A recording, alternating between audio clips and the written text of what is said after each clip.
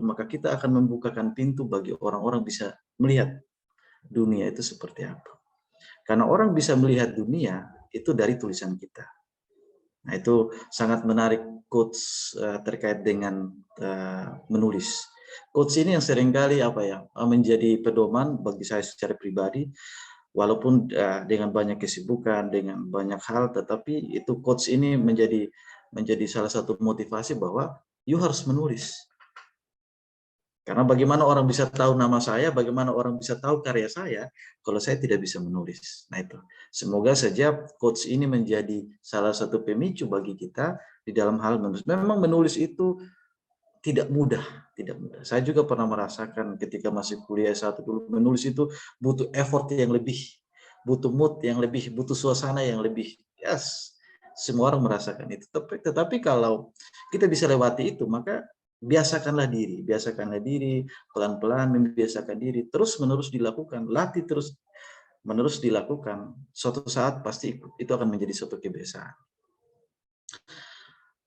Yang berikut ini saya sajikan kita mereview kembali ke belakang, back to the past. Artinya kita coba berpikir ke belakang zaman prasejarah dulu, bahwa dibayangkan bahwa seandainya manusia tidak menciptakan yang namanya karya ilmiah, maka saat ini kita tidak akan pernah nikmati jaringan 4G, kita tidak akan pernah menikmati energi listrik, kita tidak akan pernah menikmati kendaraan, mobil, motor, apapun itu, teknologi apapun.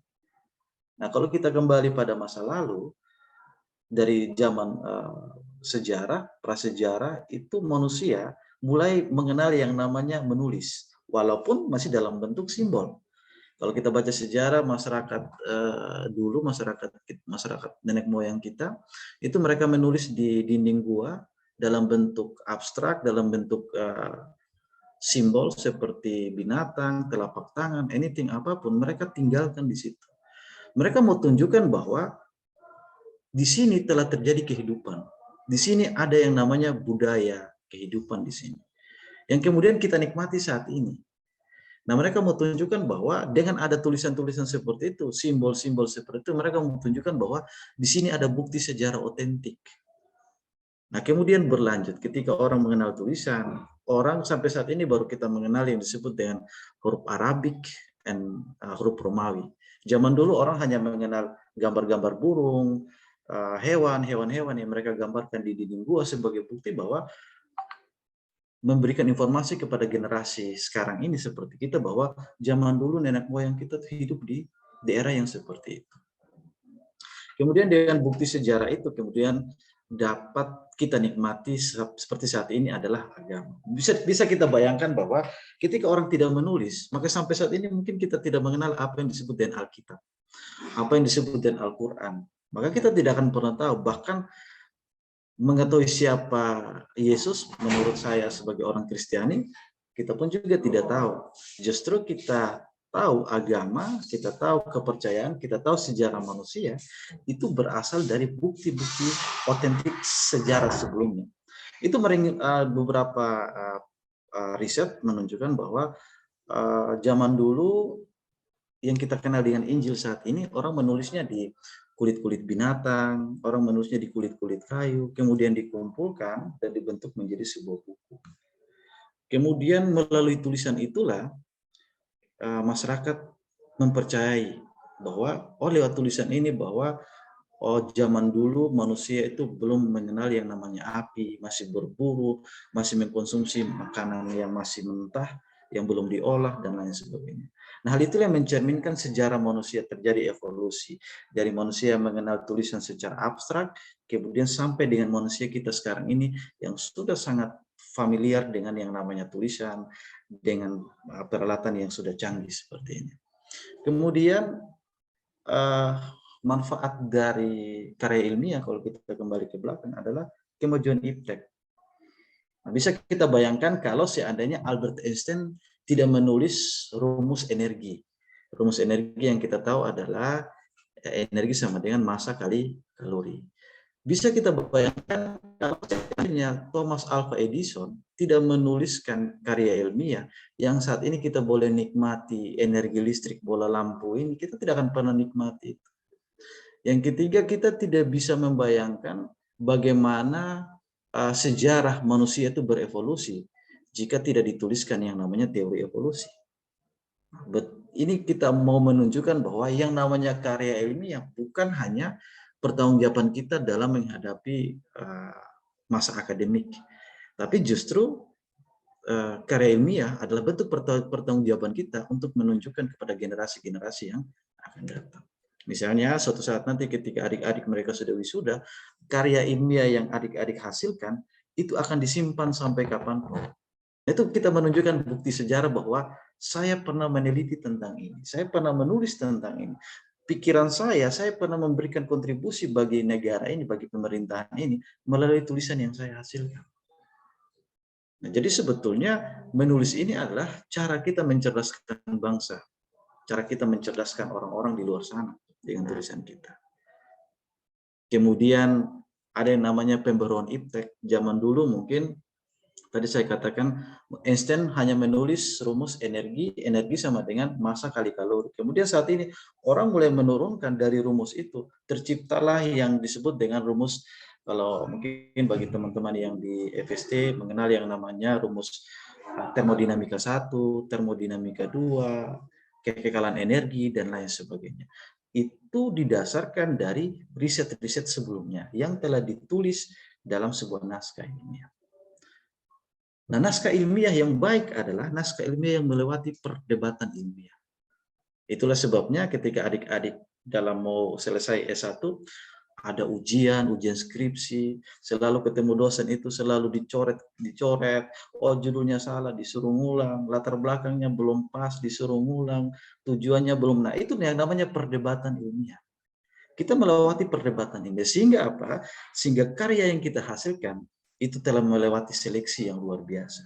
Jadi kita tidak melahirkan karya yang ece-ece, kita tidak melahirkan sesuatu karya yang bisa lahir dalam satu malam, tidak. Karya yang kita hasilkan, entah itu skripsi apapun, adalah karya yang telah melewati perdebatan ilmiah. Artinya kita mau tunjukkan bahwa ini aspek kebenarannya luar biasa.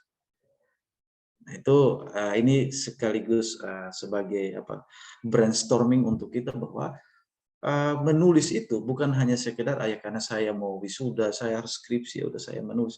Tidak. Tapi kita mulai membuat sejarah kita dari situ. Itu asal mula sejarah kita. Jadi kalau suatu saat nanti kalau kita sudah bekerja, kita percaya diri di lapangan di dunia pekerjaan bahwa saya pernah menjadi masyarakat akademik. Apa buktimu pernah menjadi masyarakat akademik? Saya menghasilkan satu karya ilmiah. Karya ilmiah itu telah melewati yang namanya perdebatan ilmiah. Lewat kita seminar hasil, seminar proposal. Itu seminar proposal artinya kita memaparkan kepada audiens, kepada masyarakat bahwa ini ide saya. Itu kita melewati perdebatan. Ada yang menanyakan, bahkan ada yang sanksi dengan penelitian kita. Ya tidak masalah, namanya kan kita membutuhkan input dari masyarakat.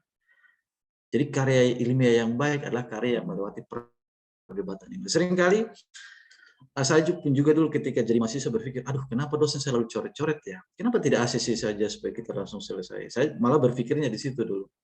Ternyata setelah saya berpikir bahwa karya ilmiah yang tidak melewati perdebatan ilmiah, maka kebenarannya itu disangsikan, itu diragukan. Karena memang tidak dipertentangkan. Atau terkadang pun juga saya mengeluh ya, kok tiap hari dicoret lagi, besok saya buat, nanti saya pergi dicoret lagi, kira-kira apa sih maunya gitu. Tapi setelah saya paham bahwa iya memang harus bahwa karya ilmiah yang baik adalah karya ilmiah yang harus didebatkan secara akademik. Kenapa begitu? Kenapa begini? Nah, itu namanya perdebatan ilmiah. Jadi tidak masalah siapapun yang misalnya nanti ketika adik-adik menulis, ketika oh ini maksudnya begini seperti ya, kita terima input itu. Input itu sebagai masukan bagi kita untuk melahirkan yang namanya masterpiece. Ya, mungkin kita dengar bahwa misalnya lagu Dewa 19 yang band Legend, Slank, Queen, apapun, itu mereka tidak semudah itu melahirkan karya yang sampai saat ini kita nikmati. Mereka juga melewati fase-fase itu. Dan tentunya kita juga akan melewati fase yang sama. Sehingga yang kita nikmati saat ini, yang kita lakukan saat ini adalah sebetulnya sudah dilakukan oleh generasi-generasi kita sebelumnya. Apalagi kita sebagai masyarakat akademik, yang namanya karya ilmiah itu merupakan suatu keharusan. Nanti sebentar saya akan tunjukkan apa dampaknya ketika kita tidak melewati yang namanya perdebatan ilmiah. Nah, ini ada saya ambil di Kompas. Pena lebih tajam dari pedang. Dan bahasa itu adalah senjata dan kata adalah peluru. Nah, ini bahasa yang menarik pada tahun-tahun 98 ketika masa reformasi. Banyak masa reformasi itu ketika tulisan-tulisan, banyak tulisan itu yang disensor, bahkan pergerakan mahasiswa, pergerakan masyarakat itu diredam saat zamannya Soeharto. Ada kelompok-kelompok akademik yang menulis karya ilmiah, kemudian dapat membangkitkan semangat bagi kelompok-kelompok mahasiswa saat itu. Jadi sebetulnya dengan kita menulis, itu senjata kita satu-satunya. Menulis itu adalah salah satu mungkin bagi sebagian orang bahwa menulis itu ya cuma menulis kalimat, tapi mereka tidak paham bahwa dengan menulis itu senjata kita mengubah dunia. Padahal senjata kita tuh bukan seperti nuklir, bukan seperti virus yang kemudian dapat menginvasi sebuah negara, tidak. Tapi alat perang kita hanya berupa tulisan. Nah, inilah sebabnya kalau kita bicara tulisan, nah tadi kalau saya kembali feedback ke belakang, jika tulisan itu tidak dikaji secara ilmiah, tidak diperdebatkan secara ilmiah, maka akan melahirkan yang namanya hoax. Nah, itu ketika kita menulis-menulis tanpa kita mempertimbangkan aspek faktanya, tanpa kita melalui kajian ilmiah yang tepat, maka akan melahirkan yang namanya hoax. Nah, kalau kita tidak mau melahirkan hoax, maka karya ilmiah itu harus kita debatkan secara ilmiah. Lewat apa ya? Tadi kayak kita mungkin di Unkriswina itu, sebelum proposal, sebelum penelitian harus seminar proposal dulu. Di seminar proposal itu kita ditanya sampai keringat dingin. Teman-teman kita yang kita anggap sebagai sahabat, justru dia juga yang tanya kita saat kita ujian. Kadang kan kita rasa rasa marah juga ya, kok tadi kenapa kok tidak kasih info-info kalau kok punya pertanyaan tentang itu ya, namanya teman ya, kok tiba-tiba kok tanya ya. Kadang kita rasa kecil hati ya dengan Anda, tapi kita seharusnya bersyukur bahwa ketika karya ilmiah kita dibantai habis-habisan di depan forum, itu kita menunjukkan bahwa karya ilmiah itu kita diuji kebenarannya. Jadi jangan pernah takut kalau karya ilmiah kita dibantai di depan umum. Itu it's okay, manusia boleh salah, tidak ada manusia yang sempurna. Jadi kesalahan itu kita membentuk karya ilmiah yang kemudian akan menjadi sebuah kebenaran. Apa jadinya ketika karya ilmiah yang tidak melewati perdebatan ilmiah, maka akan berpotensi untuk menjadi hoax. Sangat berpotensi untuk menjadi hoax. Apalagi saat ini kita sebagai society 4.0 ya, masyarakat yang boleh bilang kelimpangan informasinya itu melebihi kapasitas kita, itu kita cenderung terpapar dengan hoax. Sangat terpapar dengan hoax. Nah, kita sebagai masyarakat akademik jangan mudah terpapar dengan hoax. Kita harus tunjukkan bahwa tulisan yang saya buat, entah apapun, mau postingan di Facebook. Jadi saya karya ilmiah itu tidak harus dengan karya ilmiah yang seperti skripsi. No, karya ilmiah itu banyak. Entah dalam bentuk opini, entah dalam bentuk tulisan apa yang namanya esai. Yang penting kita berani bertanggung jawab di situ. Bahwa data-data yang saya sajikan adalah data-data yang memang betul-betul saya peroleh dari lembaga-lembaga yang memang kredibilitasnya tinggi, entah dari BPS, dari lain sebagainya. Yang kita mau lahirkan apa? Yang kita mau lahirkan adalah sebuah kebenaran. Nah, itu tantangan terbesar bagi kita masyarakat akademik, terutama bagi adik-adik mahasiswa maupun dosen, adalah bagaimana melahirkan naskah akademik yang kemudian memberikan kepercayaan. Nah, coba kita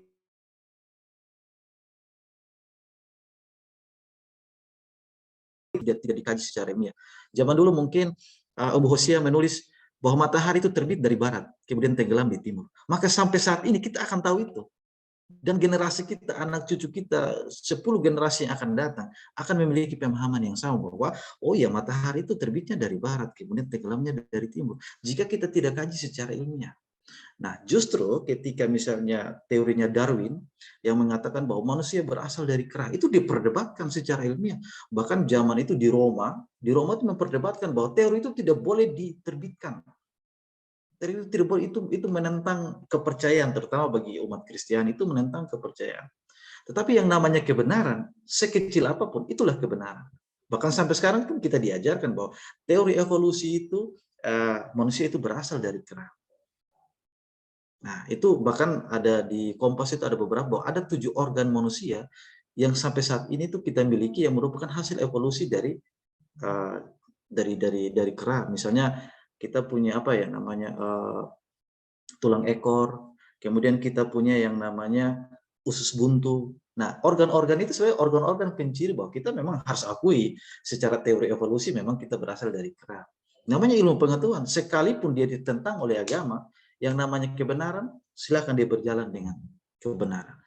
Ya ini ya itulah artinya kita harus berani untuk bertentang dengan uh, perdebatan ilmiah. Kadang-kadang kan kita sebagai generasi akademik itu kadang kita anti kritik. Misalnya kalau kita lagi presentasi, ada yang tanyanya banyak-banyak, kita bilang, oh tunggu pembagian, nanti kalau kau presentasi saya juga tanya. Kita tidak boleh anti kritik. Namanya untuk mau melahirkan sebuah kebenaran itu tidak mudah. Kita berdebat di situ, habis-habisan di situ, ya sudah. Di situ baru kita paham, oh ya jalannya seperti ini.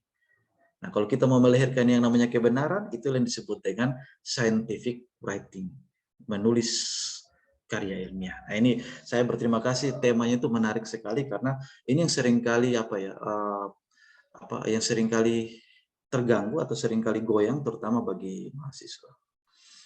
Nah ini ada sebuah definisi mudahnya ya kalau kita bicara tentang karya ilmiah. Jadi karya ilmiah adalah tulisan baku yang memiliki karya ilmiah yang telah melewati uji publik serta dapat dijadikan sebagai salah satu indikator fakta. Jadi yang saya katakan bahwa kalau kita mau menulis karya ilmiah, itu memang harus melewati yang namanya uji publik. Tidak kita menulis, kita koreksi sendiri, lalu kita terbitkan sendiri. Itu bukan yang namanya karya ilmiah. Jadi namanya karya ilmiah, kita penelitian, kita menyajikan fakta yang betul-betul dari lembaga yang kredibilitasnya tinggi, lalu kita tulis, kita sajikan bagi orang banyak.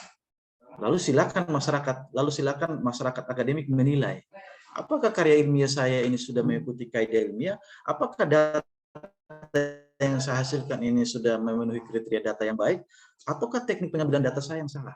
Itu yang namanya perdebatan secara ilmiah. Kemudian ada 2 indikator yang paling utama ya di dalam karya ilmiah. Adalah satu, itu harus melewati perdebatan ilmiah. Kemudian yang kedua, jabaran penjelasannya harus sistematis. Ibaratnya kalau kita menulis itu, ibaratnya kita lagi sedang membangun rumah.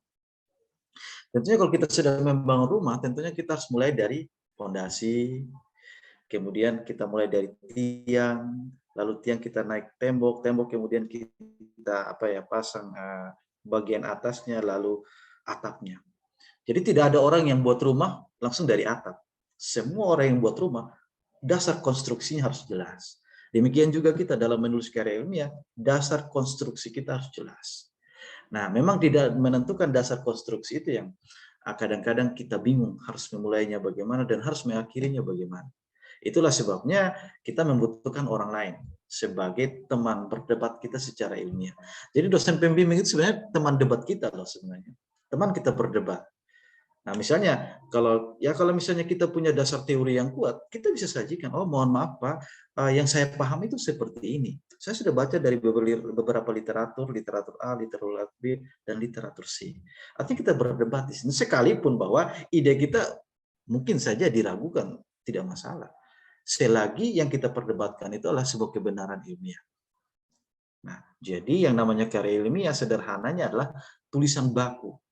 Nah, yang namanya tulisan baku ya seperti misalnya tidak boleh menggunakan kalimat-kalimat yang tidak baku seperti kalau kita orang Sumba bilang dorang.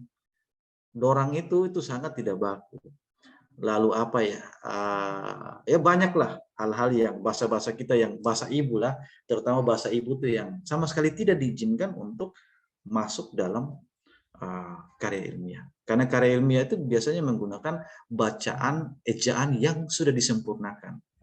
Nah, bisa kita bayangkan bahwa kalau tidak ada bahasa Indonesia yang kita sepakati berdasarkan konsensus bersama, semua orang menggunakan bahasa ibunya masing-masing, maka yang dari Ambon juga dia akan bilang beta seng bisa, dari Kupang juga dia bilang beta sonde bisa, dari kita juga orang Sumba bilang saya tidak bisa. Ya itu karena banyaknya bahasa ibu itulah sehingga karya ilmiah ini mau menyajikan bahasa yang kita sepakati bersama, yaitu tulisan baku yang mengikuti kaidah ilmiah atau ejaan yang disempurnakan.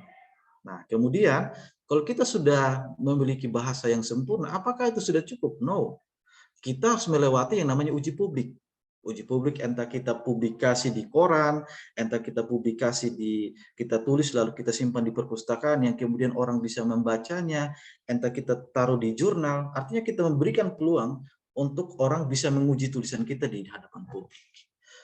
Lalu yang paling penting adalah ketika tulisan kita sudah melewati yang namanya uji publik, maka tulisan kita akan menjadi indikator untuk dianggap sebagai fakta.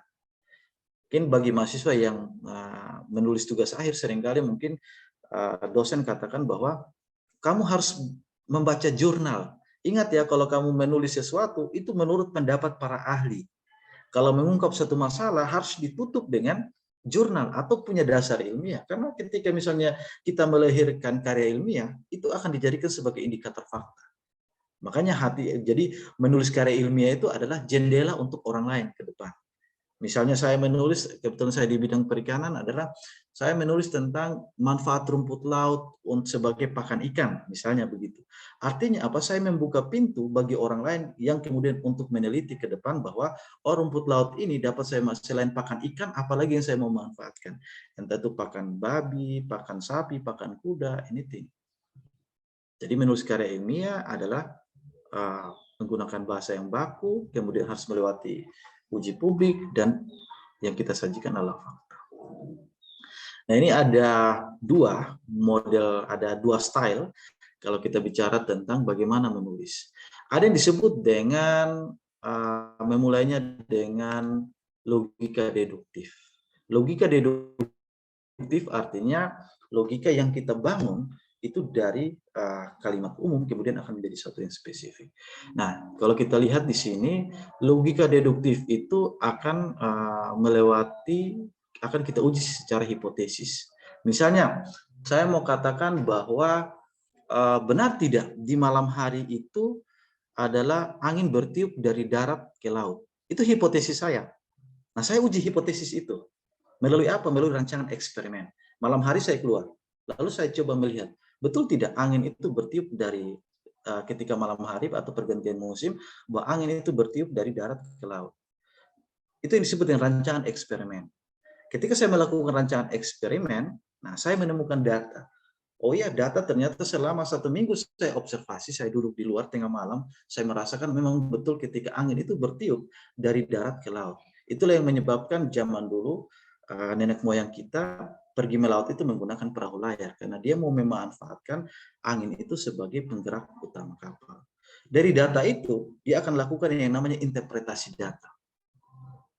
Nah, interpretasi data itu maksudnya adalah mau menunjukkan kepada, jadi masyarakat umum itu dia hanya mendapatkan hasil akhirnya.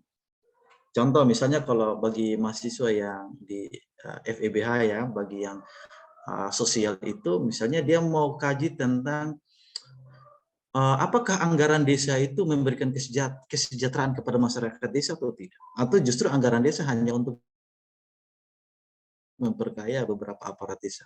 Dia mau kaji, betul tidak anggaran desa diberikan kepada masing-masing desa itu dengan tujuan adalah tujuan utama mensejahterakan masyarakat, atau sebetulnya itu hanya mimpi belaka pemimpin kita yang kemudian tidak tahu konflik di akar rumput itu seperti apa.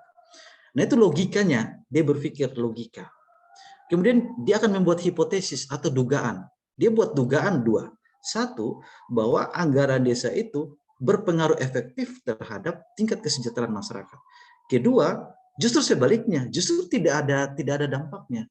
Nah, itu yang kita lakukan. Karena itu akan menjadi perdebatan dalam batin. Misalnya kita berpikir, saya kan orang, misalnya saya kan mahasiswa manajemen. Saya manajemen berpikir ekonomi pembangunan misalnya. Saya ekonomi pembangunan berpikir tentang kebijakan tentang anggaran 1M di desa ini worth it tidak di masyarakat, bermanfaat tidak di masyarakat, atau justru anggaran itu hanya habis dinikmati oleh orang-orang tertentu. Kenapa? Karena kita sebagai masyarakat akademik itulah tugas kita. Kita diberikan kesempatan untuk kuliah, bagaimana membantu masyarakat untuk memecahkan persoalan itu. Memecahkan dengan tidak melahirkan hoax, tapi memecahkan dengan melahirkan fakta. Ketika kita mau melahirkan fakta, ada perdebatan dalam batin. Perdebatan itulah yang menjadi logika kita. Dari logika yang sederhana itu, kemudian kita menyusun sebuah kalimat bahwa bagaimana caranya saya bisa meyakinkan orang bahwa ini penelitian yang seksi menurut saya. Misalnya, kenapa seksi? Karena bisa dibayangkan selama hampir 7 tahun bahwa anggaran 1M itu selalu turun di desa. Tapi kok desa saya kenapa tidak maju-maju ya? 7 tahun loh, 7M. Setiap tahun itu dia turun 1M, 1M. Salahnya di mana? Itu yang tidak dipikirkan oleh masyarakat yang non-akademik. Saudara-saudara kita yang di kampung yang tidak berkesempatan untuk kuliah, yang tiap hari hanya gali tanah, kerja sawah, piara ternak, mereka tidak berpikir sampai pada titik seperti itu. Nah, kita yang dipercayakan Tuhan untuk masuk sebagai masyarakat akademik, kita berpikir sampai di situ. Nah, itu logika kita. Kita bangun logika dasar sederhana seperti itu. Dari logika sederhana seperti itu, kita akan buat hipotesis. Hipotesis saya yang pertama adalah, oh iya, masyarakat bisa sejahtera. Itu hipotesis pertama. Hipotesis kedua, sebaliknya, masyarakat mungkin tidak sejahtera. Ada dua style yang kita, ada standar ganda yang kita mau buat di situ. Sehingga kesimpulan kita menjawab hipotesis A atau menjawab hipotesis B. Nah, kalau kita sudah buat hipotesis, kemudian kita bicara yang namanya rancangan eksperimen. Bagaimana caranya saya bisa memetakan informasi yang ada di masyarakat. Misalnya dengan menggunakan kuesioner, saya buat kuesioner, saya tanya, misalnya saya pergi ke masyarakat, saya wawancara orang tua. Nah, dalam melakukan wawancara juga kita tahu yang namanya teknik. Misalnya, kalau saya bicara tentang dana desa, maka saya tidak mungkin wawancara anak-anak SD, saya tidak mungkin wawancara anak-anak SMP. Saya akan wawancara masyarakat yang usianya itu 40 tahun hingga mencapai 50 tahun. Kan tidak mungkin ya kita pergi di anak-anak yang baru umur 3 tahun, kita tanya adik-adik, kita tanya yang adik yang berumur 3 tahun, kita bilang, adik kira-kira bagaimana dengan desa 1M? Dengan dana desa 1M. Maka itu tidak akan memberikan kita informasi yang jelas. Nah, itu disebut dengan rancangan eksperimen. Rancangan yang kita lakukan, apa yang mau kita hasilkan? Kalau sifatnya adalah kebijakan, maka yang kita ambil sebagai sumber informan adalah orang-orang yang setiap hari itu bergaul dengan kebijakan. Aparat desa, hansip sekalipun, ibu PKK, apapun yang ada di desa, kalau kita tadi bicara isu itu ya, kita harus ambil itu sebagai informan. Kemudian kita akan lakukan yang namanya pelaksanaan riset. Itu sangat penting kita lakukan. Misalnya kita harus tahu, saya melakukan riset ini pada hari keberapa, pada bulan berapa. Itu punya dasar pikirnya. Lalu setelah saya melakukan riset, saya mendapatkan data. Oh, data ini masih dalam berupa angka. Kan tidak mungkin ya data angka hasil kuesioner itu kita langsung kasih masuk semua deskripsi. Tidak semudah itu. Dari data yang angka itu, saya olah kemudian dia akan menghasilkan yang namanya kesimpulan.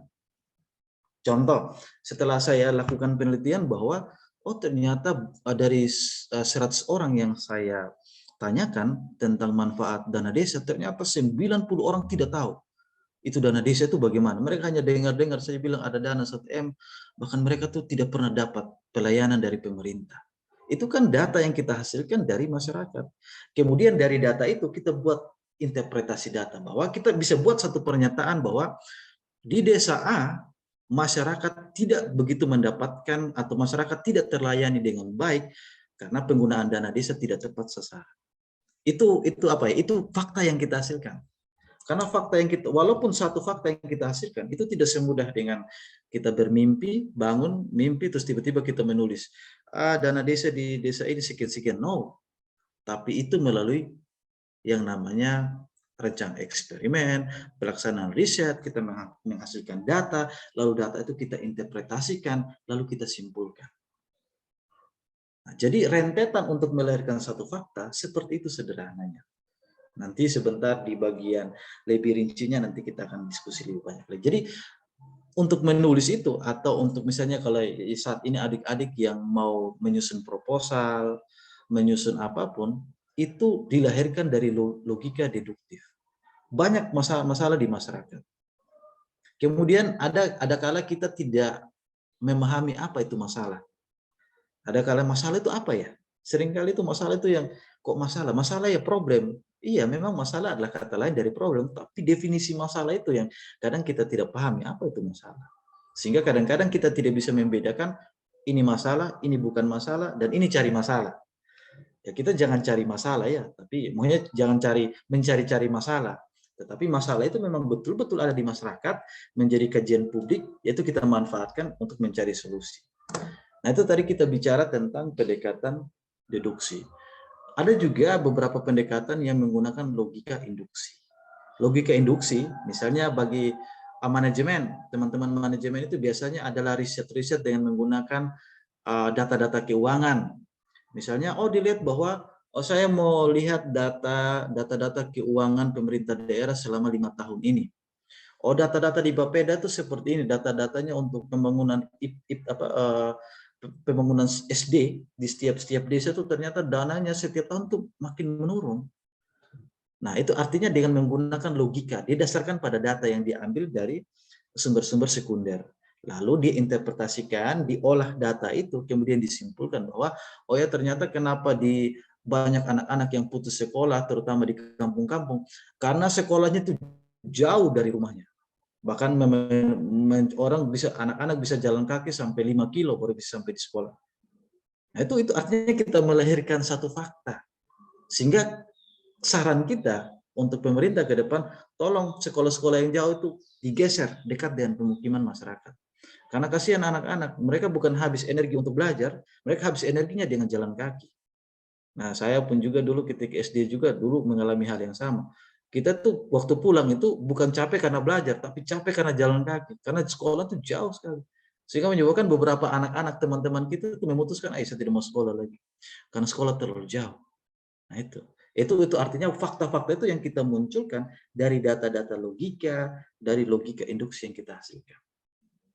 Jadi logika-logika itu sebenarnya tidak tiba-tiba muncul, tapi kita observasi, kita amati di lapangan. Masalahnya seperti ini.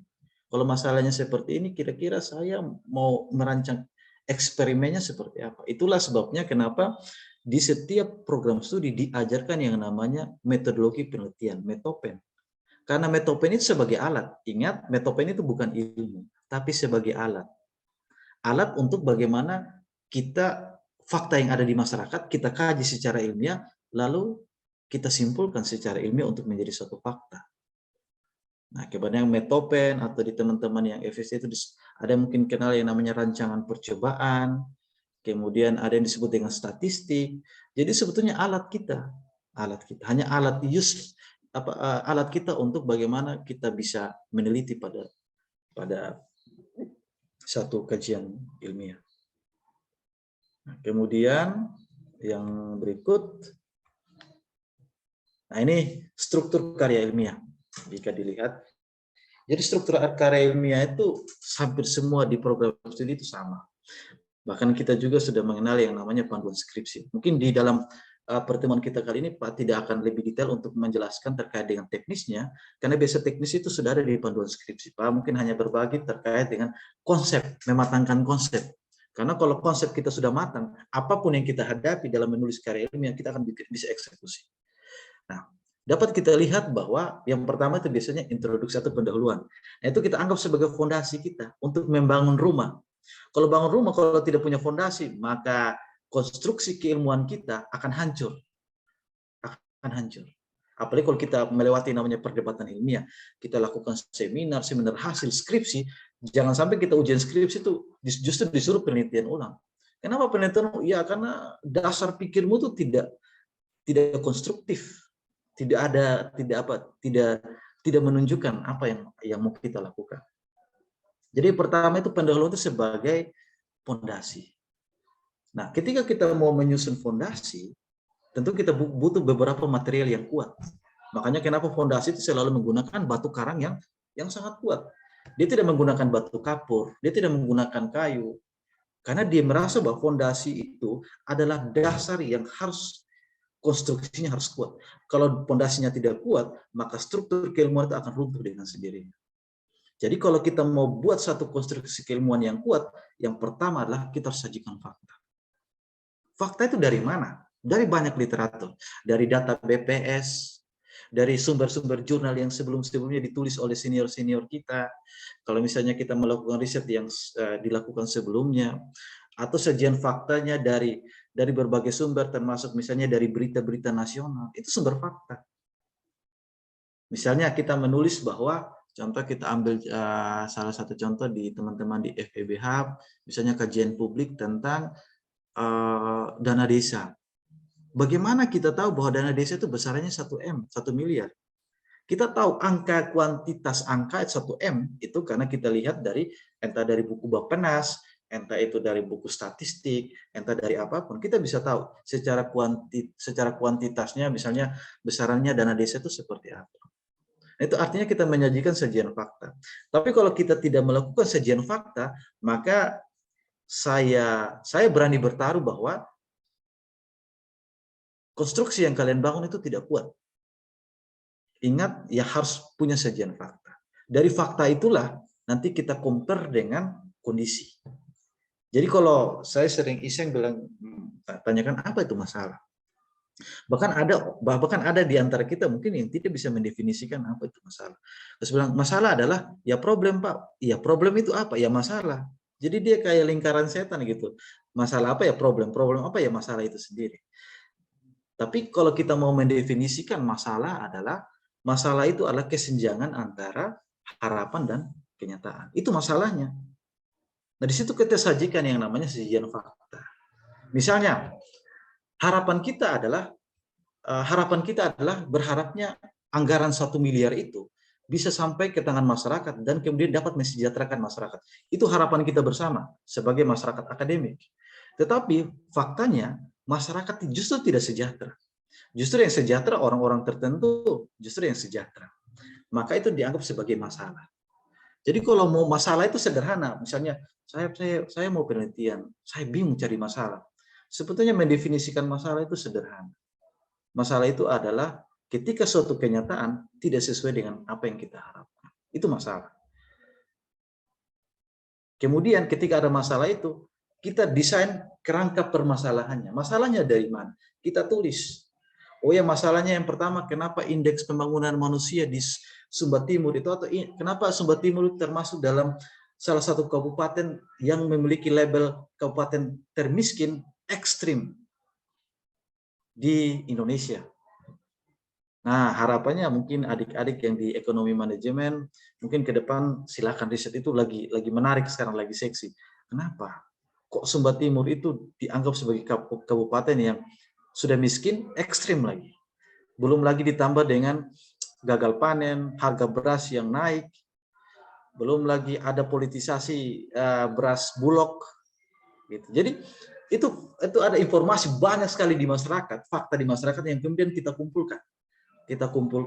Lalu kita pilih mana kerangka permasalahan yang saya pakai.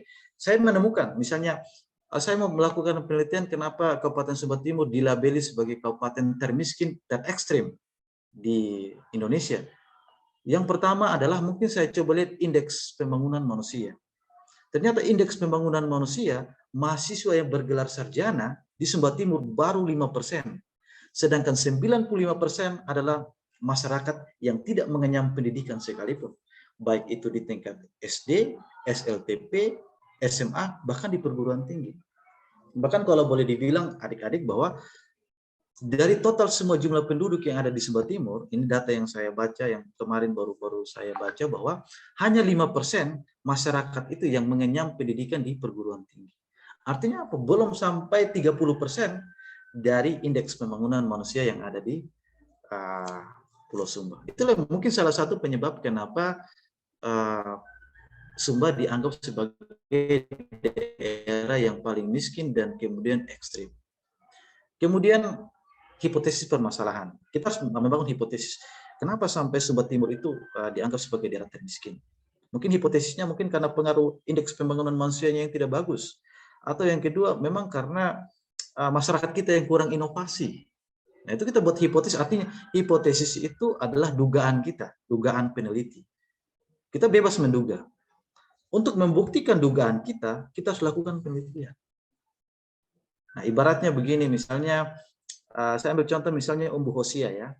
Umbu Hosia mungkin memiliki seorang pacar. Nah, ketika Umbu Hosia, misalnya Umbu Hosia dituduh, oh kamu kamu selingkuh ya.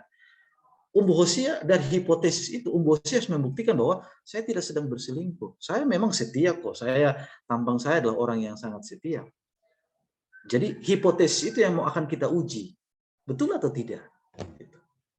Jadi kalau kita mau buat konstruksi, kita harus punya hipotesis. Kalau kita tidak punya hipotesis, maka kita tidak punya indikator untuk menguji. Kira-kira saya menguji apa yang saya mau uji? Nah, itu disebut dengan hipotesis dugaan sementara. Dugaan sementara boleh salah, boleh benar. Terkadang kita peneliti ya, terkadang kita masyarakat akademik itu idealismenya terlalu tinggi. Kita merasa bahwa penelitian saya ini harus berhasil. Apapun yang terjadi saya harus berhasil. Tapi kalau kenyataannya menyatakan bahwa Anda tidak berhasil, tidak masalah. Saya sudah meneliti itu. Tapi memang kenyataannya bahwa memang penelitian saya ini tidak berhasil. Itu kita sajikan kepada masyarakat. Bahwa kita sudah berupaya. Tapi memang hasilnya memang saat ini memang tidak berhasil. Sehingga itu menjadi rekomendasi untuk peneliti-peneliti selanjutnya. Yang kelima adalah kita harus menghasilkan yang namanya novelty tulisan. Apa yang disebut dengan novelty tulisan? Novelty tulisan adalah karya ilmiah yang belum pernah diteliti oleh orang. Contoh, misalnya bagi saya ambil contoh di mahasiswa THP ya. Mungkin tadi ada Adriana ya saya lihat. Misalnya Adriana Tangguhana mau meneliti tentang manfaat rumput laut sebagai pupuk. Nah, ternyata banyak yang sudah melakukan penelitian tentang itu. Kalau sudah banyak yang melakukan penelitian tentang itu, maka kita mencari ide yang baru. Entah misalnya, sudah banyak penelitian yang memanfaatkan rumput laut sebagai pupuk cair. Ya sudah, kalau sudah pupuk cair, saya merubah dalam pupuk yang dalam bentuk padatan atau butiran. Itu namanya novelty tulisan. Nah, untuk melahirkan satu novelty, memang kita harus banyak membaca. Misalnya saya mau tulis tentang manfaat rumput laut, maka otomatis semua informasi-informasi adalah terkait dengan pemanfaatan rumput laut. Jangan saya mau tulis penelitian saya tentang rumput laut, lalu saya cari tulisan-tulisan yang berhubungan dengan misalnya cara beternak ayam yang baik, maka tidak sinkron dengan fakta yang kau kumpulkan dengan masalah yang kau hadapi. Dari fakta-fakta itulah kau akan melahirkan satu penelitian. Oh ya, ternyata betul ya. Selama ini kan sudah 5 penelitian ini menulis tentang pupuk cair dari rumput laut. Ternyata belum ada yang penelitian terkait dengan pupuk padat dari rumput laut. Saya mau coba. Nah, itu artinya yang disebut dengan novelty tulisan. Kita tidak melahirkan penelitian yang sudah dilakukan oleh orang lain. Loh, dia sudah lakukan, ngapain lagi saya lakukan? Saya mau melahirkan penelitian yang memang orang belum lakukan, dan itu faktanya masih seksi di masyarakat. Saya mau lakukan itu. Nah, itu terkait dengan pendahuluan. Kalau pendahuluan kita sudah sajikan fakta, ada kerangka masalahnya, ada hipotesisnya, ada output keilmuannya, kemudian novelty-nya jelas, maka saya yakin fondasi kalian itu sangat kuat. Sangat-sangat kuat. Mau diperdebatkan secara ilmiah sekalipun, kalian akan dengan percaya diri mempertahankan bahwa betul bahwa penelitian saya ini memang sangat dibutuhkan oleh masyarakat. Nah, kalau misalnya kalian tidak menyajikan beberapa inti tadi, maka akan sangat susah untuk mempertahankan di tengah perdebatan ilmiah nanti. Nah, ini teknisnya ya. Biasanya pendahuluan itu biasa memuat tentang alasan kenapa pentingnya.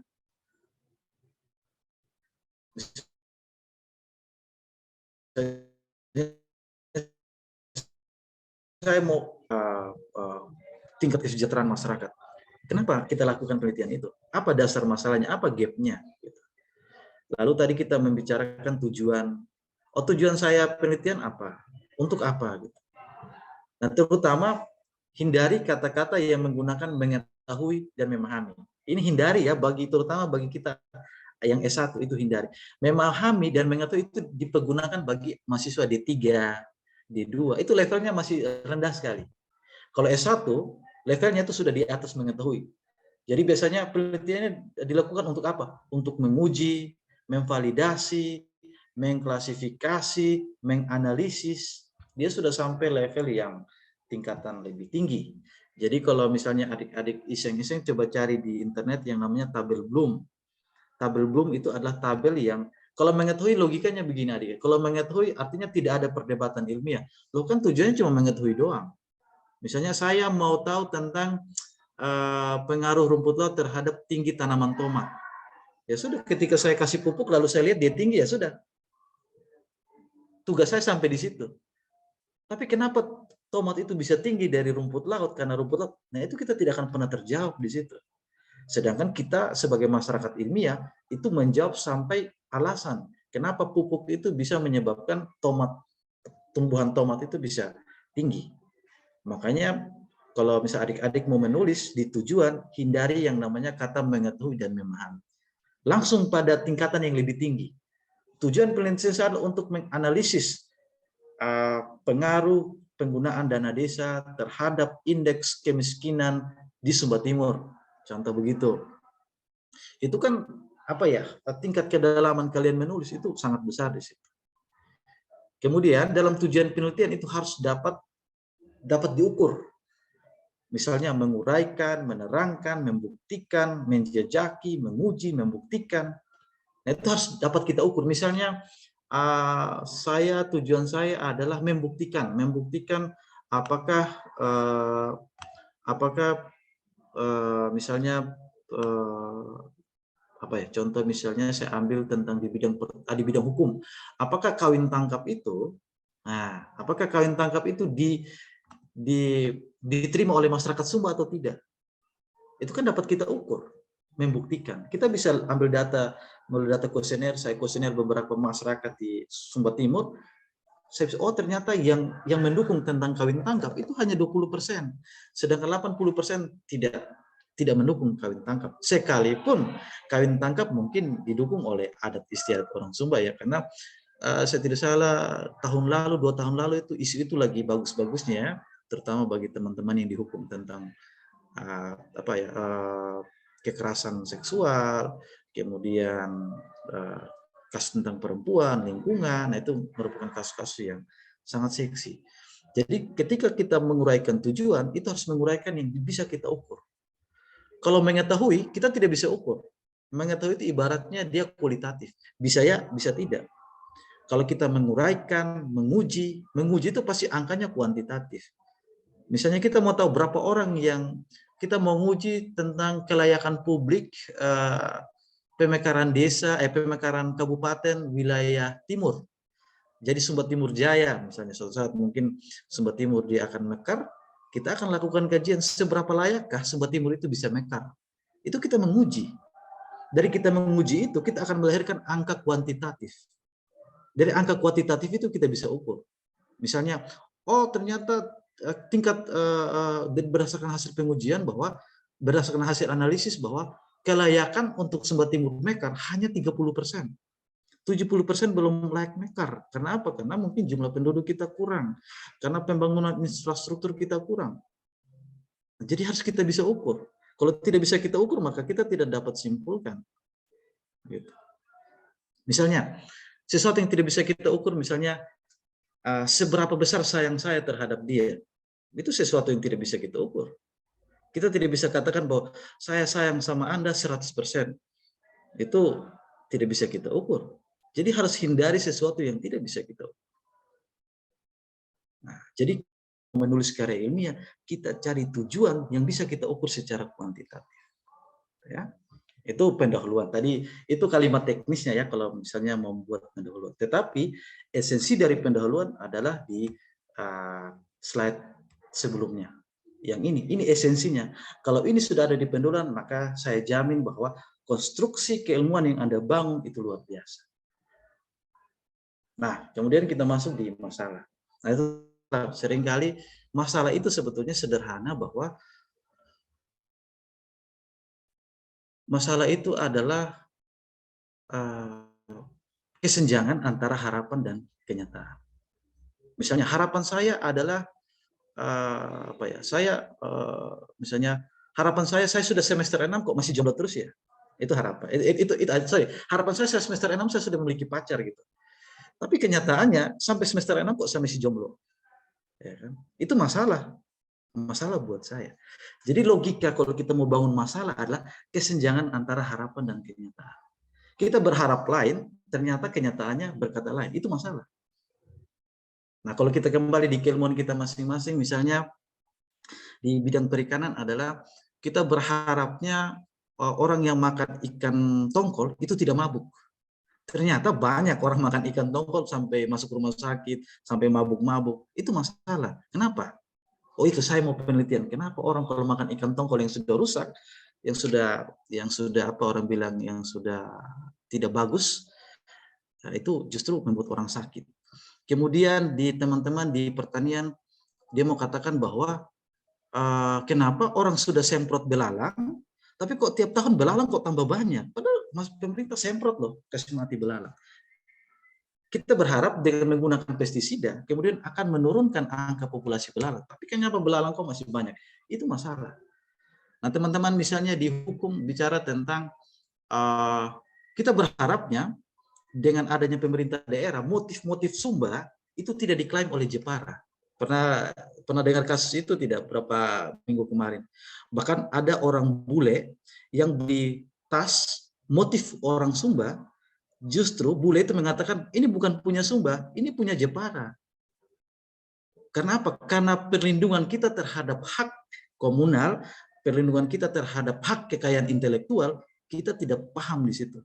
Saya beberapa tahun lalu saya di NPR 3 sempat ke Surabaya, kita kunjung ada satu galeri, di situ kain tenun ikat semua.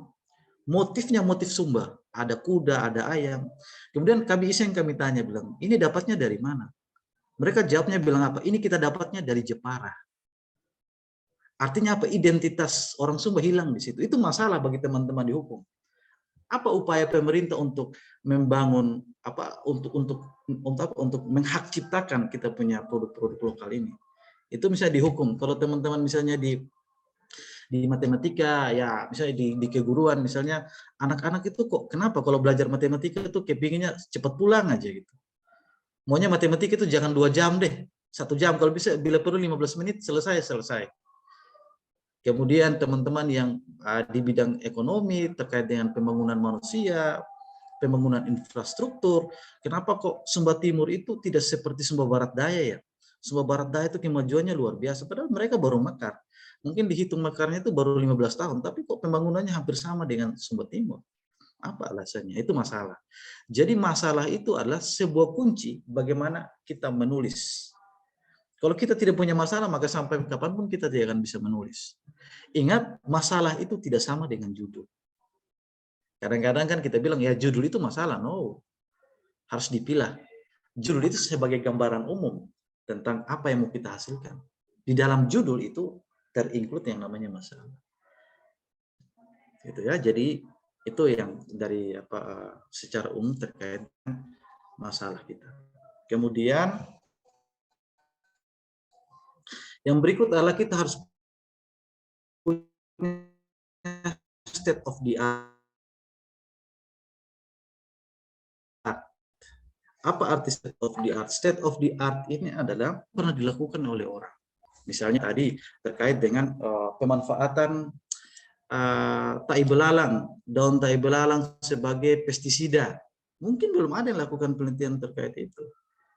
Kita diperhadapkan dengan bencana belalang yang sangat luar biasa ini.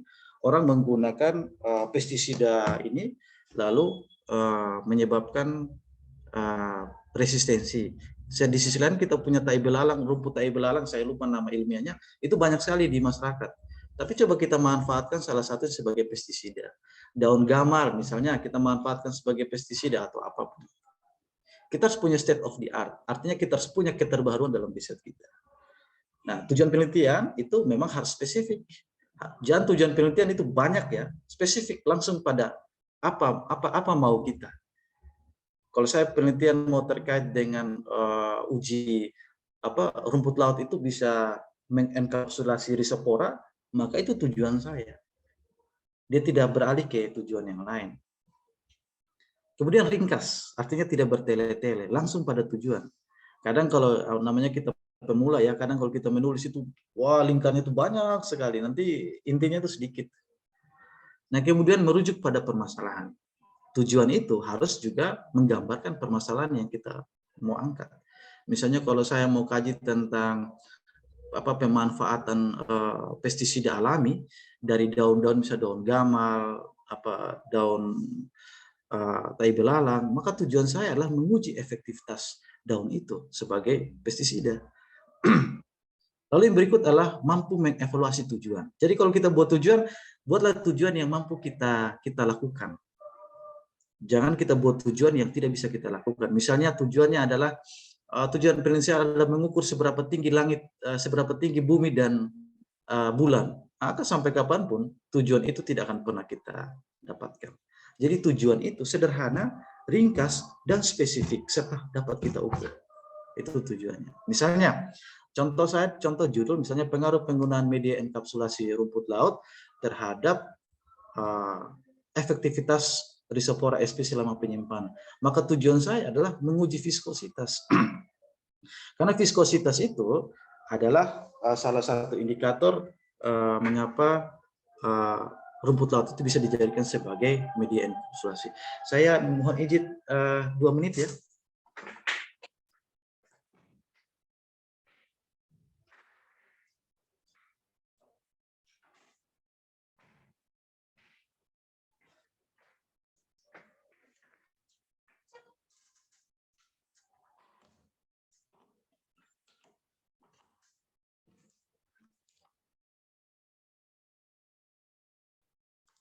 Oke, kita lanjut ya.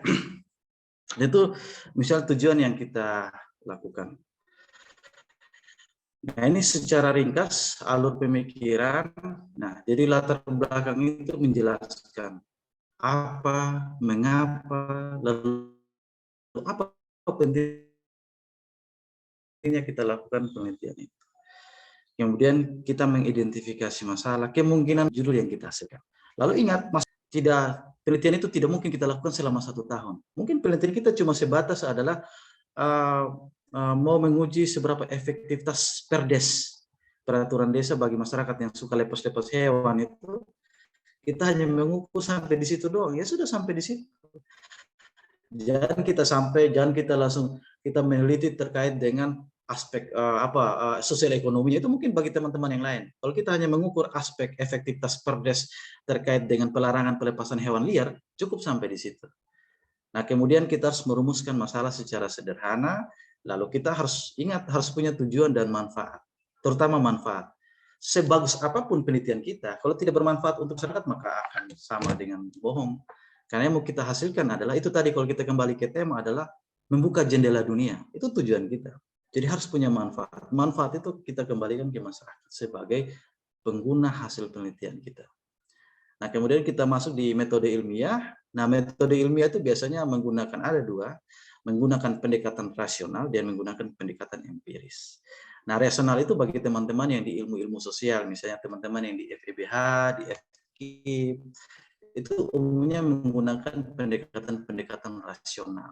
Misalnya, mereka kaji literatur, misalnya dari data keuangan, dari data pembangunan, mereka kaji data itu, kemudian mereka meneliti apakah kebijakan pemerintah daerah sudah memang mendukung ekonomi masyarakat atau justru tidak mendukung ekonomi masyarakat. Nah, itu dari kajian literatur. Kemudian dari pendekatan empiris, itu terutama bagi teman-teman yang di FST, itu memang harus melewati uji laboratorium. Apa betul tidak menyatakan kalau kita kasih menyala dan pemantik dia menyala atau tidak, itu kan bukti laboratorium. Apa betul tidak bensin kalau kita bakar menyala atau tidak? Atau betul tidak alkohol atau yang kita anggap sebagai peci kalau kita bakar itu dia menyala atau tidak? Itu kan bukti yang kita yang kita buktikan di laboratorium.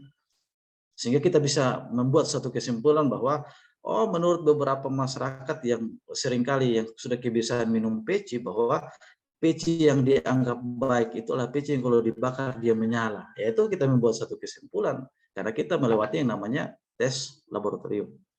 Nah, kemudian kita melakukan pendekatan ilmiah. Yang paling utama dalam metode ilmiah adalah harus ada reaksi sebab akibat. Kalau tidak ada kedua reaksi ini, maka sebagus apapun metode ilmiah kita bangun, maka dia tidak akan menghasilkan satu kesimpulan. Harus punya apa disebut dengan reaksi sebab akibat. Misalnya, saya kasih contoh misalnya, reaksinya ketika kebijakan pemerintah untuk membangun peternakan sapi wagyu di wilayah apa namanya, saya lupa, di wilayah Mangili, itu program gubernur untuk pembangunan sapi wagyu, ternyata itu tidak didukung oleh masyarakat. Banyak masyarakat yang merasakan bahwa ini apa, mengganggu hak wilayah atau lain sebagainya. Itu harus ada reaksi sebab akibat.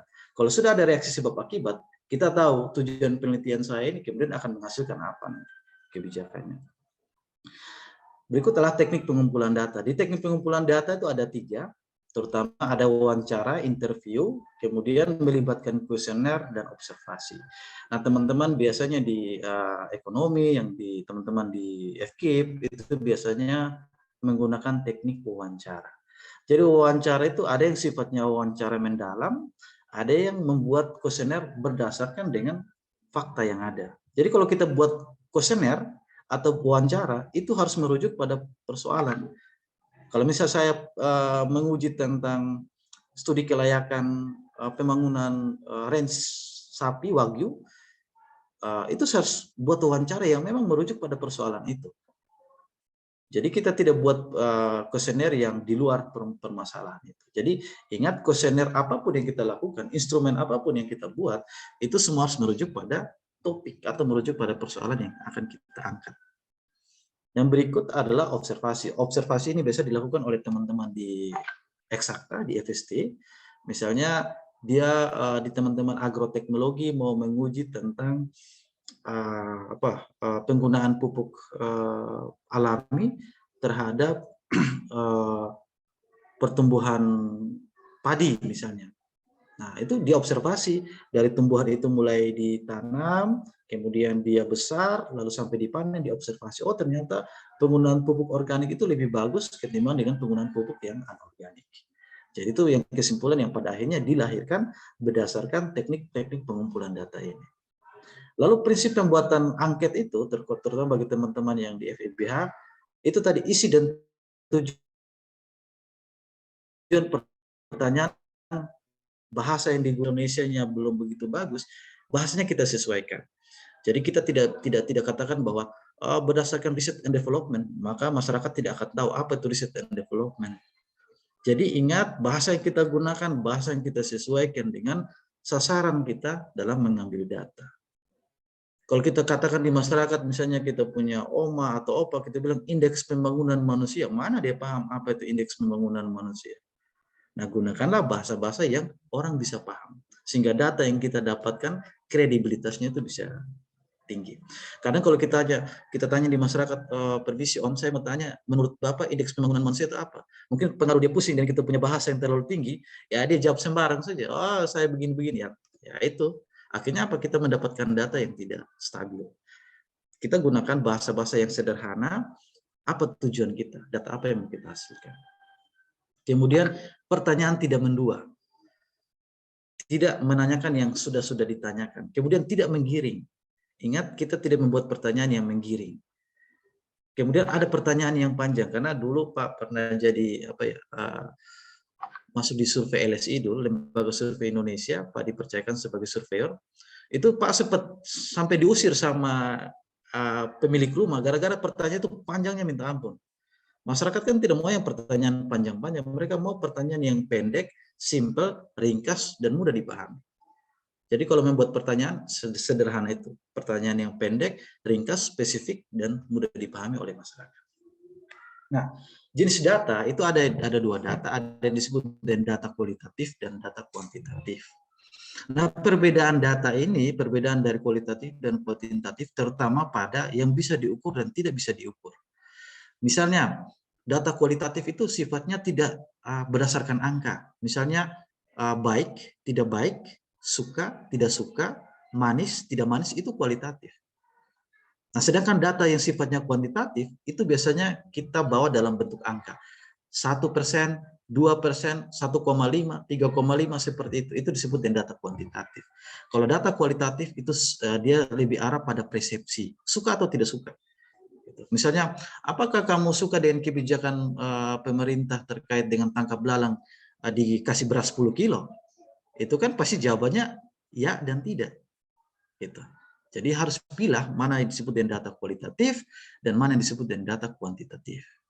Kemudian teknik analisis data secara kuantitatif itu melalui biasanya secara statistik, baik secara deskripsi, frekuensi, inferensial, dan parametrik maupun non-parametrik. Misalnya kalau bagi teman-teman yang di eksakta ada yang disebut dengan SPSS, ada yang disebut dengan rancangan acak kelompok, rancangan acak lengkap, rancangan bujur sangkar Latin, itu semua teknik-teknik dalam kita melakukan analisis data secara kuantitatif. Nah, sekarang kita berlanjut pada hasil penelitian. Hasil penelitian adalah sesuatu yang harus kita ungkapkan dan harus kita jelaskan berdasarkan tujuan kita. Jadi ingat, hasil itu tidak lari jauh dari tujuan kita. Jangan tujuan kita adalah menguji kebijakan terkait tangkap belalang ditukar dengan beras, terus hasilnya kita bicara tentang sapi wagyu, maka tidak akan ketemu. Kita tujuannya lain, hasilnya lain. Nah, pada suatu saat mungkin karya ilmiah Anda akan ditolak atau akan disuruh penelitian ulang karena memang tidak sinkron dari apa tujuanmu, apa topik risetmu, apa masalahmu dan hasilmu. Kemudian melakukan menyampaikan hasil analisis. Tadi yang tadi saya katakan suka tidak suka, percaya tidak percaya itu kita harus analisis sehingga kita mampu tampilkan di dalam hasil penelitian. Yang berikut adalah membahas hasil pengujian hipotesis. Tadi saya katakan misalnya kalau kita buat dua hipotesis, apakah penggunaan dana 1M mensejahterakan masyarakat itu hipotesis A, atau justru tidak mensejahterakan masyarakat itu masuk dalam hipotesis B. Nah, di dalam hasil penelitian itu kita harus berani sampaikan bahwa berdasarkan hasil penelitian saya bahwa dana desa tidak mensejahterakan masyarakat. Kita harus berani untuk memilih satu hipotesis yang sudah kita rencanakan di bab-bab pendahuluan tadi. Jadi untuk membuktikan apakah hipotesis itu diterima dan tidak, itu ada di hasil penelitian. Kemudian langkah-langkah pemecahan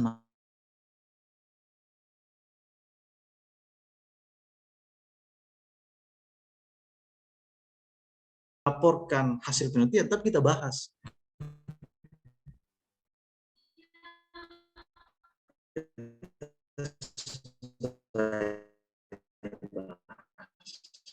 Nah, ini yang menarik di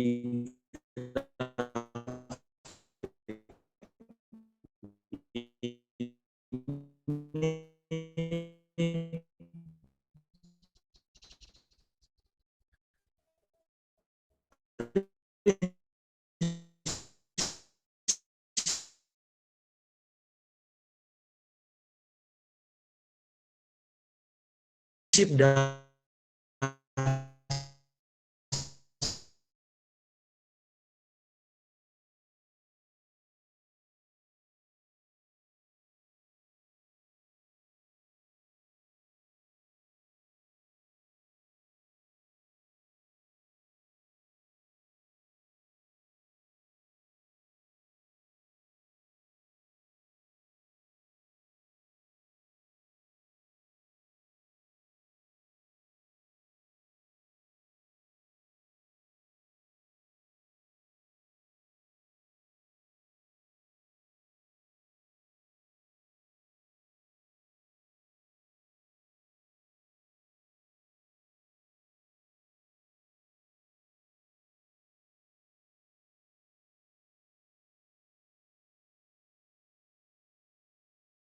Kawan, mohon bersabar karena jaringan yang membawa materi satu ini ada error.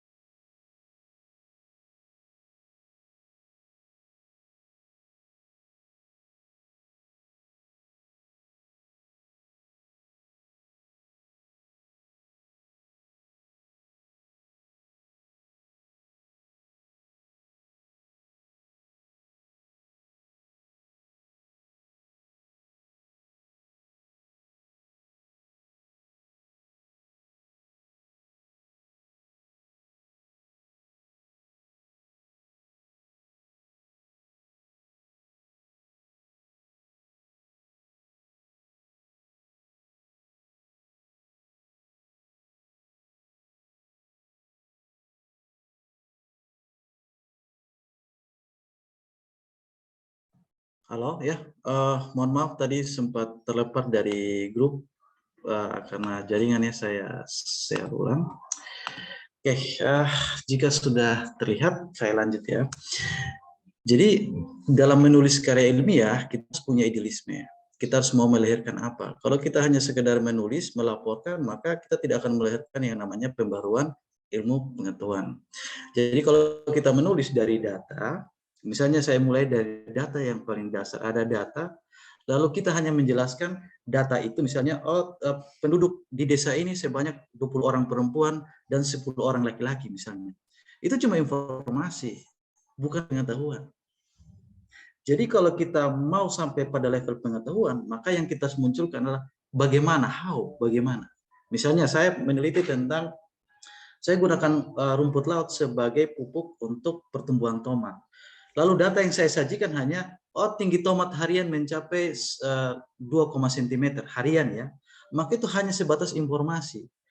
Tapi bukan masuk pada pengetahuan. Nah, intinya bahwa kalau kita mau menulis karya ilmiah, kita harus melakukan transfer keilmuan bagi pembaca. Kenapa? Kita masuk pada level kenapa, how. Kenapa rumput laut itu bisa memacu pertumbuhan tomat? Kita harus jelaskan. Oh, ternyata di rumput laut itu punya yang namanya senyawa-senyawa yang dibutuhkan dalam pertumbuhan, misalnya auksin, giberlin. Kan ada senyawa-senyawa itu yang dapat menyebabkan kenapa tumbuhan tomat itu kok bagus kalau dikasih rumput laut. Jadi kalau kita menulis harus sampai pada level pengetahuan. Kalau kita cuma levelnya hanya informasi, tinggi tomat itu rata-rata setiap hari dia tingginya 1,5 cm. Tapi kita tidak menjelaskan kenapa tomat itu bisa tinggi 1,5 cm. Alasannya apa? Nah, itu yang dimaksud dengan pengetahuan. Jadi ada data yang begitu besar, kita akan membentuk menjadi satu informasi, lalu informasi akan menjadi pengetahuan. Nah, kalau dilihat dari gambar ini, kalau dilihat dari gambar yang Pak tampilkan, minta maaf, ini dapat kita lihat bahwa data itu masih dalam bentuk yang sangat-sangat besar. Kemudian masuk pada informasi. Lalu dari informasi itu disaring lagi menjadi satu ilmu pengetahuan dan akan melahirkan yang namanya kebijaksanaan atau wisdom. Jadi masyarakat yang memanfaatkan penelitian kita itu bagian di bawah ini, dia mendapatkan emas. Jadi barat data kita itu masih dalam bentuk emas bongkahan yang masih bercampur dengan batu, dengan tanah, dengan kerikil, lalu kita saring, kita murnikan lagi, kemudian akan kita lahirkan emas. Itu izin Pak. Ya, bagaimana Bu? Izin Pak, karena waktunya Pak sisa tinggal 5 menit. Oh ya, baik ya. Terima kasih, saya cepat ya. Oke, baik. Nah itu cara kita untuk menjabarkan hakikat ilmu pengetahuan itu ditransferkan. Jadi kita tidak hanya sebatas menulis data, lalu hanya memberikan informasi, tapi kita berikan ilmu pengetahuan bagi masyarakat. Nah, ini cara menarik kesimpulan. Biasanya kesimpulan itu harus merujuk pada tujuan. Kalau tujuan kita adalah mau menganalisis tingkat efektivitas kebijakan pemerintah terkait dengan menangkap belalang, maka kesimpulan kita harus merujuk pada tujuan. Seringkali banyak kita yang bingung untuk membuat kesimpulan. Jadi kalau gampangnya kalau kita membuat kesimpulan, kita kembali pada tujuan. Tujuan saya apa? Nah, kalau tujuan saya adalah menguji publik atau menguji tingkat efektivitas tumbuhan A sebagai pestisida alami, maka kesimpulan seberapa efektifkah dia dapat dijadikan sebagai pestisida. Jadi antara tujuan dan kesimpulan itu satu benang merah yang tidak akan boleh terputus. Nah, kebanyakan di saat kita itu kadang kesimpulan kita bicara lain dan tujuan penelitian itu kita lupakan di belakang. Mau kita menulis yang namanya hasil pembahasan, kesimpulan, ingatlah tujuan penelitian kita itu apa. Karena itu akan menjadi menjadi guideline kita, menjadi pengatur jalan kita dalam menjelaskan tujuan manfaat saya melakukan penelitian itu seperti apa. Nah, ini cara kita membuat kesimpulan dan saran. Kesimpulan harus menyatakan temuan-temuan penelitian sebagai jawaban atas penelitian yang kita lakukan. Jadi ringkasnya atas jawaban dari tujuan yang kita lakukan penelitian apa. Secara ringkas itu ada di kesimpulan. Sedangkan sarannya adalah itu saran ketika ada batasan penelitian tadi. Misalnya saya penelitiannya hanya sebatas untuk menguji pestisida alami terhadap pertumbuhan atau terhadap aspek kehidupan belalang. Maka saran saya mungkin ke depan, kalau ada yang melakukan penelitian, mungkin silakan lanjut. Kalau hari ini saya menggunakan daun gamal, mungkin ke depan ada yang menggunakan daun-daun yang lain. Mungkin saya sarankan ke depan harus menggunakan daun nimba, mungkin ke depan harus menggunakan daun lain sebagainya. Jadi itu disebut dengan saran. Jadi saran kita adalah masalah yang kita temukan dan tidak bisa kita atasi di saat itu, kita bisa jadikan saran. Nah, saran itu kemudian akan menjadi pedoman untuk peneliti selanjutnya. Nah, ini kesimpulan itu merupakan hipotesis. Ingat, kesimpulan tidak sama dengan ringkasan. Kesimpulan itu harus menjawab tujuan. Ya, itu disebut dengan konklusi. Nah, ini disebut dengan etika. Nah, kita dalam menulis pun tentunya harus punya etika. Kita harus punya sesuatu yang kita tidak boleh langgar. Yang pertama adalah plagiarisme, menjiplak penelitian orang, ataupun menggunakan pendapat orang tapi kita tidak menyertakan siapa yang buat. Misalnya saya mengambil penelitiannya Umbu Hosia. Umbu Hosia ini meneliti tentang kekerasan dalam rumah tangga.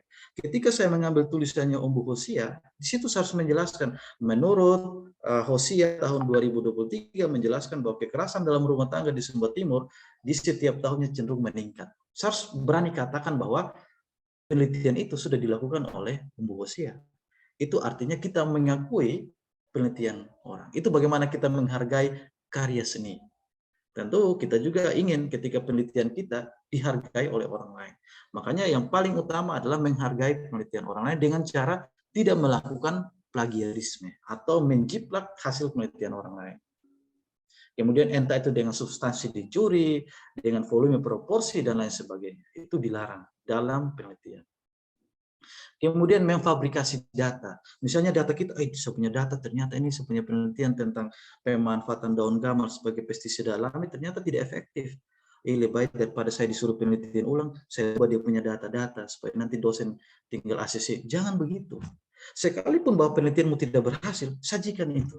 Bahwa memang ternyata daun gamal itu memang tidak berhasil. Jangan melakukan yang namanya fabrikasi data. Seperti tadi saya katakan, apa jadinya misalnya kalau kita melakukan fabrikasi data, kita merasa bahwa, oh dulu Umbu Hosius mengatakan matahari itu terbit dari barat, kemudian tenggelam di timur. Maka ada berapa ribu generasi yang akan mempercayai itu. Gitu. Jadi ketika data itu salah, kita sajikan, kita harus akui bahwa memang data saya seperti ini. Kalau penelitian pun saya tidak berhasil, saya harus akui bahwa memang penelitian saya tidak berhasil. Sehingga penelitian-peneliti selanjutnya bisa melakukan treatment-treatment tertentu. Kalau memang di bagian kita tidak berhasil, mereka bisa akan mencari jalan keluar. Lalu jangan yang namanya mengubah data, karena kita takut disuruh penelitian ulang, data-data yang kita rata-rata angka 5 kita taruh harus naik jadi 7 semua. Itu jangan. Sebagai seorang peneliti sejati, ingat ini karakter peneliti sejati. Peneliti boleh salah, namanya manusia. Siapapun tidak ada yang lolos dari yang namanya kesalahan. Kita pasti salah. Tapi ingat, sebagai peneliti yang baik tidak boleh bohong. Itu harus ditanamkan dalam pribadi kita. Kita boleh salah, kita boleh tidak berhasil, tapi kita tidak boleh bohong. Kita berani jujur, kita berani jujur ke publik bahwa penelitian saya memang tidak berhasil. Oleh sebab itu saya rekomendasikan ke depan coba diteliti tentang ini. Mungkin penelitian yang saya kasih ini mungkin bermanfaat. Tapi saya harus akui bahwa data saya ini memang seperti ini. Dan kita harus berani sebagai seorang peneliti yang sejati, harus punya prinsip bahwa saya boleh salah, tapi saya tidak boleh bohong. Gitu ya, sebagai prinsip dasar seorang peneliti. Nah, yang terakhir adalah seringkali kita dalam menulis, kita tidak mau diajari prinsip. Kita mau dikasih, misalnya saya mau menulis skripsi, tolong kasih aku punya skripsi, saya mau lihat. Akhirnya apa? Kita terpola dengan tulisannya. Ketika skripsinya tidak ada, kita bingung, saya mau ambil riset apa. Karena kita tidak diajari yang namanya prinsip. Boleh kita misalnya pinjam skripsi teman untuk sebagai panduan, boleh. Tapi kadang-kadang kan Indonesia itu salah satu negara negara penjiplak terbesar, kedua setelah Cina. Kita harus akui itu. Kalau sudah satu orang sudah seminar hasil, tanda saja, maka skripsinya dia itu akan jadi pasar di tengah-tengah teman-teman kita. Semua minta kamu skripsi, saya mau. Bahkan kata-katanya pun kita jiplak dari skripsi itu. Jadi yang ini pepatah Cina katakan bahwa Jika kau menyayangi teman, menyayangi sahabat, jangan berikan dia ikan, tapi berikan dia pancing dan ajarilah dia untuk memancing. Maka dia akan hidup selamanya. Gitu. Kalau sebagai sahabat yang sejati, sahabat yang baik, jangan memberikan sesuatu yang mudah. Oh sudah, biar nanti saya kerja, aku ambil, saya punya, kok jiplak, saya punya, tidak masalah. Maka sampai kapanpun, maka teman kita itu dia tidak akan seperti kita yang bisa menulis karya ilmiah. Tapi ajarlah dia untuk mengerti bagaimana prinsip mencari masalah, bagaimana prinsip menulis masalah, bagaimana merancang ide penelitian, melaksanakan penelitian, hingga pada melahirkan kesimpulan. Ya, saya kira itu saja yang bisa saya bagikan hari ini. Terima kasih banyak. Mungkin ada beberapa yang saya cepat-cepat tadi, mungkin di dalam sisi diskusi kita lebih dalam. Terima kasih banyak. Waktu dan tempat saya akan kembalikan kepada Bu Hosia. Terima kasih kepada narasumber yang sudah paparkan materi. Untuk itu kita masuk pada sisi tanya jawab. Sisi tanya jawab dibuka dua penanya. Waktu dan kesempatan saya persilakan yang mau bertanya yang padat dan jelas. Saya persilakan yang bertanya. Action pada tombol reaction yang terlihat di HP-nya teman-teman, nanti akan dibuka akses untuk memberikan pertanyaan.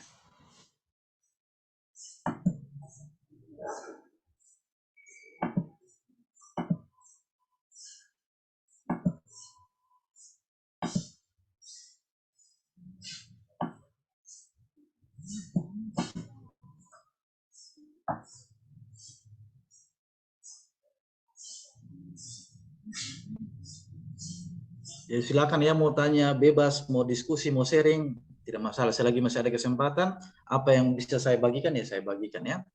Silakan.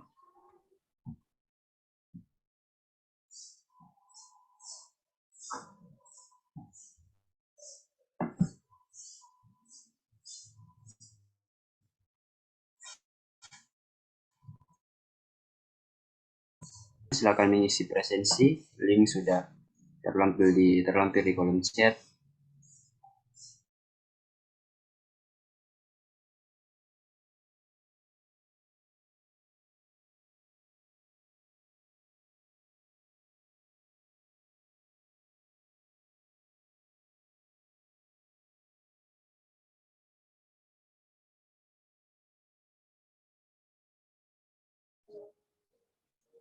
Bagi yang mau ajukan pertanyaan juga bisa juga lewat chat di kolom komentar.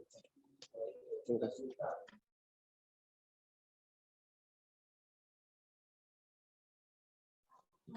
Silakan Adi Mutaku.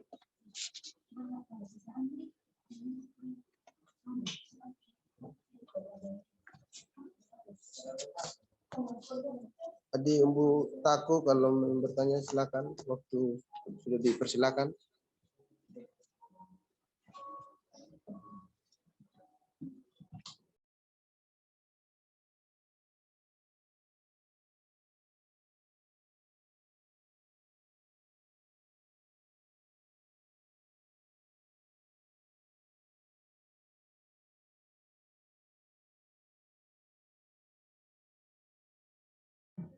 Oke, ada dua penanya. Sebentar. Adi Umbutaku. Oke, jadi baik, terima kasih atas waktu dan kesempatan yang diberikan kepada saya moderator. Ya, saya secara pribadi sangat menarik ya apa yang disampaikan oleh Pak narasumber tadi dari materi itu. Memang materi itu sangat penting bagi kita ya. Dan jujur secara pribadi saya baru kali ini saya mempelajari tentang karya ilmiah itu. Jadi yang selama ini kita pelajari itu ya hanyalah yang berkaitan dengan perkuliahan, contohnya macam makalah, jurnal, artikel dengan proposal skripsi itu saja ya. Jadi pada saat ini saya sangat bersyukur dengan saya mempelajari tentang karya ilmiah itu sendiri. Jadi yang saya mau tanyakan pada saat ini yaitu sesuai yang disampaikan oleh Bapak narasumber tadi, yaitu tentang kajian data, hipotesis, dan lain-lainnya itu sangat diuji melalui karya ilmiah. Yang saya mau tanyakan pada saat ini yaitu karya ilmiah dengan non ilmiah itu sama-sama diuji hipotesisnya. Tetapi menjadi pertanyaan saya, apa yang membedakan antara karya ilmiah dengan karya non ilmiah? Tetapi karena di sini saya lihat sama-sama diuji hipotesisnya dan sama-sama diuji kebenarannya atau maupun kajian datanya yang sangat spesifik.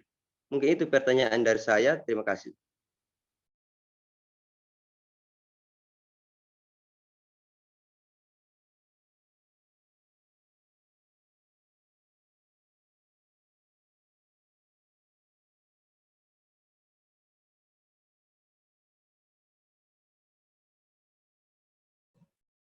Apa boleh saya langsung memberikan tanggapan atau biar sekalian Pak Umbu kasih ya? Sekalian sudah yang dua Oh, orang nanya. baik. Ya, baik Om. Akan Umbu Padro.